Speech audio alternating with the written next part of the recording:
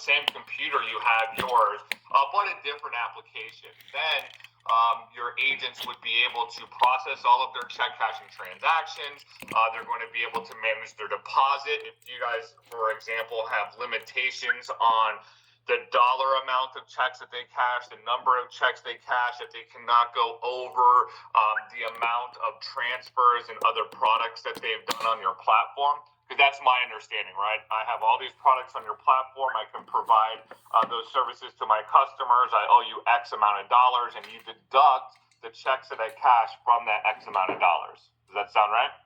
Yeah. So are you saying that that second option you mentioned, and the checks that we accept are for the agent to settle the debt on the money transfer service, right? Right. So he processed, I'm not sure, $10,000 worth of transactions to Mexico. We expect to see checks in the total value of 10,000, right? It could be a little bit more, it could be a little less. If it's less, it needs to go to the bank and deposit cash. If it's a little bit more, we give him credit. There's never a cash back. But what you're saying is that that second solution, he could process all the checks, and the ones that he needs to use to settle the debt with us, he can send them the Evolve route, and then the other ones he can send it to his bank account. Exactly. So as you see here, we can handle multiple different banks. So the customer can come in here, they can look at their deposit, and then they can move the checks around. Like where do you want your checks to go? Do you want to add them here into the Bank of America? Do you want to keep them here in your BB&T? They can maybe remove some checks and then save them for the next day's deposit if they feel like their deposit is a little bit too large. You said that you do provide the credit, so there's that. Then you also could have customers that are cashing corporate checks and income tax checks and personal checks for day laborers, people that like cut grass or paint houses or do roofing. So they could have a situation like that where they have the two different steps, IDT approved checks and then ones that are not approved or accepted by you guys.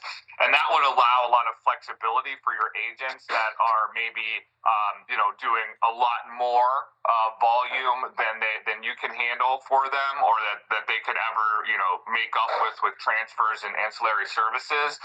So that could be an option for you guys. You could even provide both options to the customers. If you take the time to do the integration into your front end and offer that to, most of the regular folks out there, but then you come across check cashers that are high volumes, you're talking millions of dollars a month some of these guys push through, right? The standalone solution may be a better option for them because that's going to be a larger part of their business and give them a lot more tools to manage that aspect of their business. So what I'll do is I'll show you everything that we got here, and then I just kind of explained the two different options there, and then there could be something, a hybrid of those or something else that we can think of. We're very flexible here. We do have a pretty stacked development schedule right now, but traditionally and historically, we don't have any issue on building things to support customers like yourselves, to make changes to the software, to support you and your customers. So if there's something that is missing from what I'm showing you today, just jot that down, let me know. If it's something that would benefit our customers at large, then we likely would build that at little to no cost. If it's something that is very specific to your company, then there would be a larger fee associated with that, just because no one else would utilize it but the IDT. All right. So what I'm going to do here, if it's all right with you, Alfredo, is I'm going to run through a full demo since some of these folks have never seen this. This is going to be, a full check cashing process. I'm going to go over a lot of the rules. One thing that I wanted to mention, which actually now that I think about it, is another way that we could work together, is that what you're seeing right now is just check cashing, right? But this Smart Check platform is in the process of evolving into an entire MSBPOS, meaning that right away and within the next few weeks, I think you'll be able to access check-free pay through a full and complete integration. We'll have other companies that have integrations that they can sign up for. Now, these integrations will not appear on their software unless they have them, right? So you're not going to have competitors popping up on your agent software. And then cash management, all of the activity for large chains that allows you to move money from store to store, drawer to drawer, etc. Manage the money that's in your safe when you're taking stuff to the bank, creating custom buttons that also have compliance built into them to keep track of how much money you're taking in, how much money you're giving out for particular customers in this time frame. So with that said, it is 100% feasible that we could create a button just like this that says IDT, right? And when you click it, it opens up your products, your transfer product, as well as your other products, right? And that way you can have agents that are using check cashing in an integrated fashion on our platform, but they're still using your products. Okay, so that's kind of the third option, right? At the beginning of the meeting, I explained the first two options, which are side by side or fully integrated with the IDT platform.